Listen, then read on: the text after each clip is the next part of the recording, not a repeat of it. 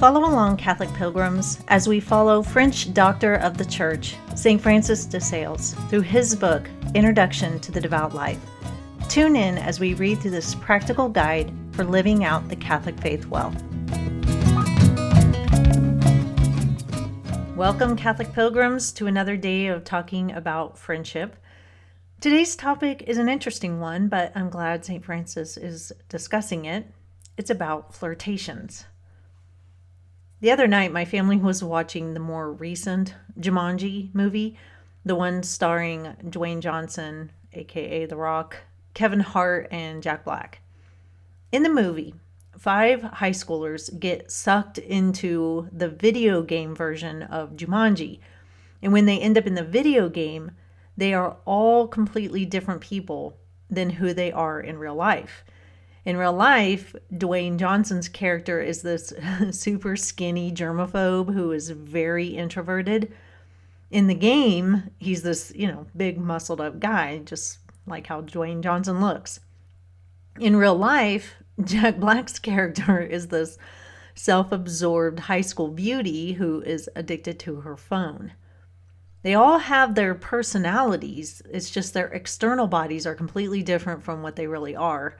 And this leads to it being pretty funny at certain parts.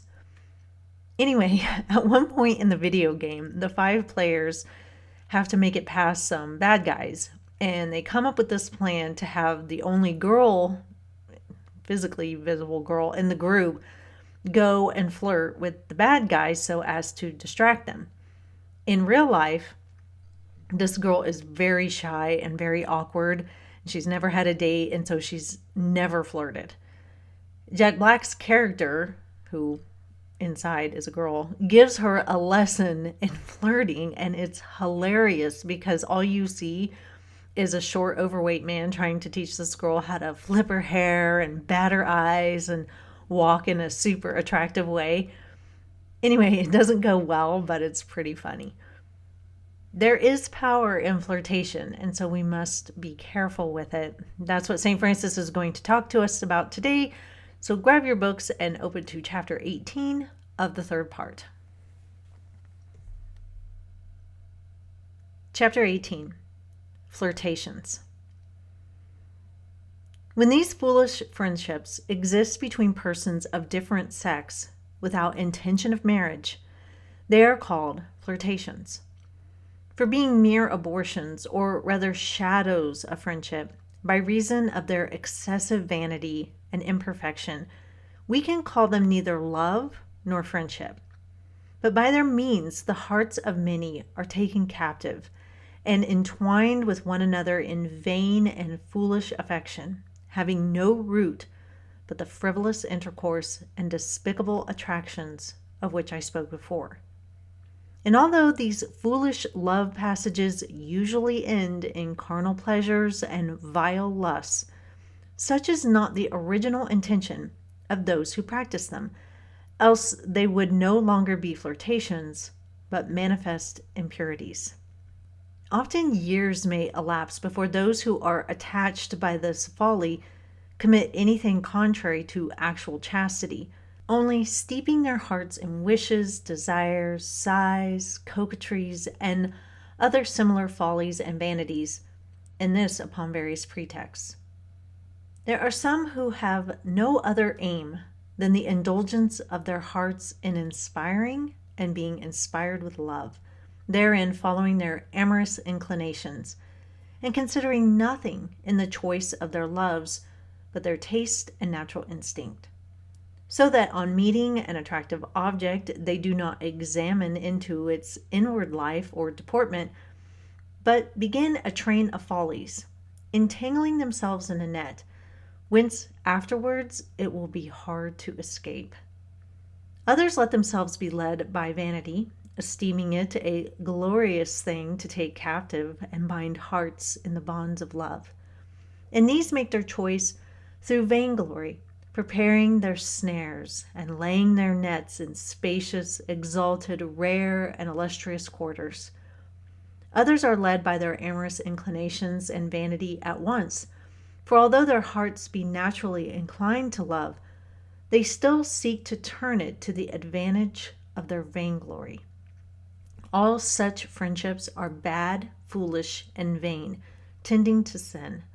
Bad because they distract the heart and its affections from God, and from those to whom love is due. Foolish because they have neither reason nor foundation. Vain because neither profit, honor, nor satisfaction ensues. On the contrary, they waste time, tarnish honor, and give no satisfaction but that of an eager search and hope after they know not what. For it is a universal rule with these contemptible, weak minds that there is always some undefined wish which can neither be defined nor relieved, but is forever burdening their hearts with distrust, jealousy, and uneasiness. St. Gregory Nazianzen, writing against vain women, speaks admirably on this subject.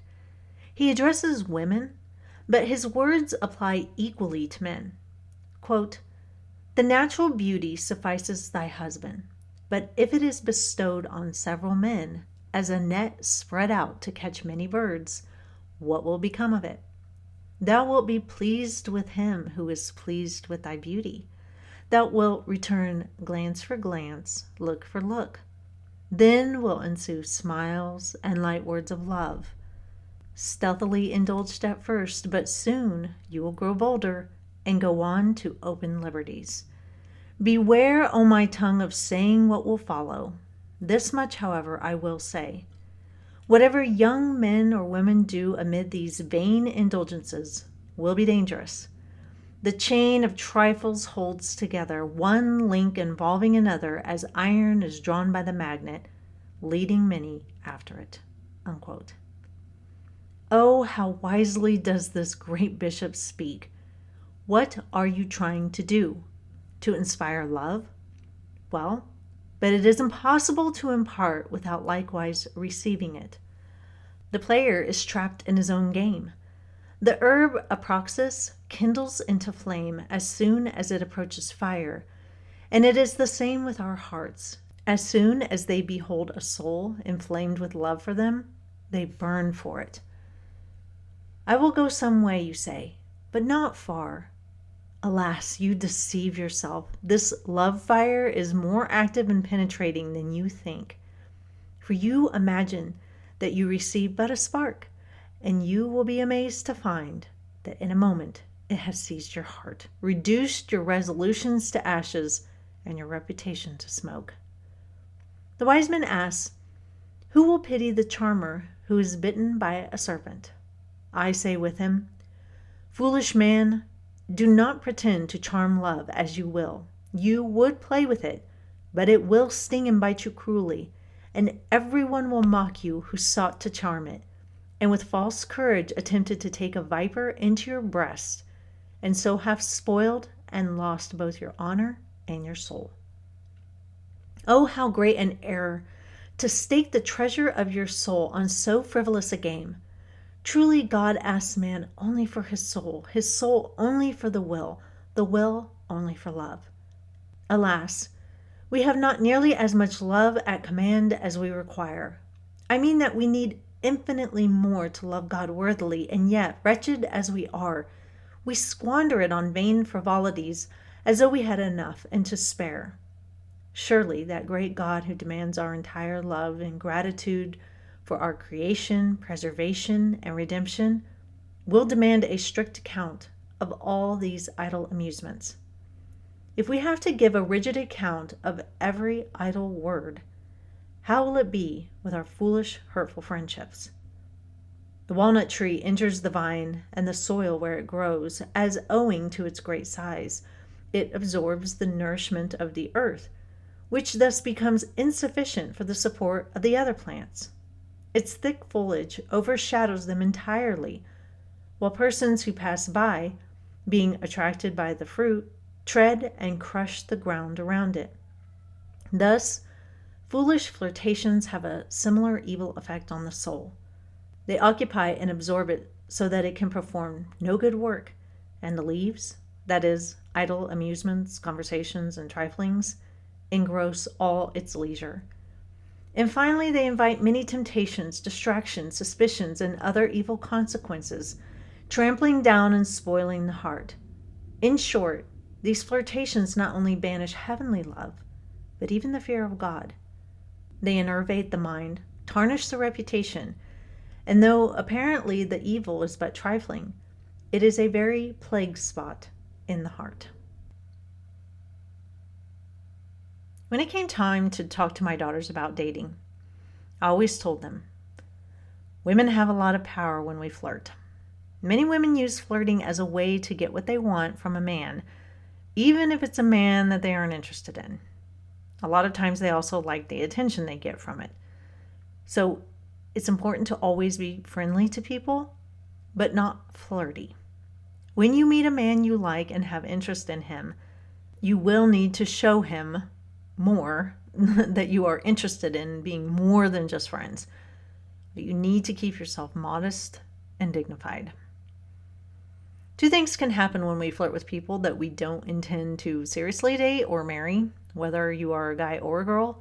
One is that we give mixed signals, and then we wind up with a person thinking we are interested when we are not. They think that we are in love with them, and so they grow an interest, and so then we kind of like that they're in love with us, as St. Francis talks about, but we aren't really interested in being in love with them. In my experience, it's terrible to have to deal with someone that thinks you are interested, which leads them to being interested in you, but you really aren't. It's awkward all the way around. The second thing that can happen is it can lead, as St. Francis says, quote, and although these foolish love passages usually end in carnal pleasure and vile lusts, such is not the original intention of those who practice this, else they would no longer be flirtations, but manifest impurities, unquote. So some good rules to follow are, if you are married, flirting ceases to exist in your life unless you are flirting with your spouse in an appropriate way. St. Francis quotes St. Gregory Nazianzen when he says, quote, writing against vain women, he speaks admirably on this subject. He addresses women, but his words apply equally to men. They are, the natural beauty suffices the husband, but if it is bestowed on several men, as a net spread out to catch many birds, what will become of it? Though thou wilt be pleased with him as pleased with thy beauty, thou wilt return glance for glance, look for look, then will ensue smiles and light words of love, stealthily indulged at first, but soon you will grow bolder and go on to open liberties, unquote. What he's saying is that if you are a married man or woman, if you go around trying to get other people other than your spouse to notice your beauty, casting out that net, someone will notice it, and you will notice them noticing you, and then you will move into dangerous territory. If you are unmarried, a good rule to follow is don't flirt unless you have a genuine romantic interest in someone. And if you do flirt in showing them that you are interested romantically and not just as friends, like I tell my girls, you need to be modest and dignified. We should never flirt to pad our vanity or use people to get what we want. Well, we only can if you are in a Jumanji video game and you need to distract the bad guys. Just kidding, just kidding. So a little bit longer reading today, so we'll stop here. Next time we will hear about true friendships. And until then, live the faith boldly and travel well.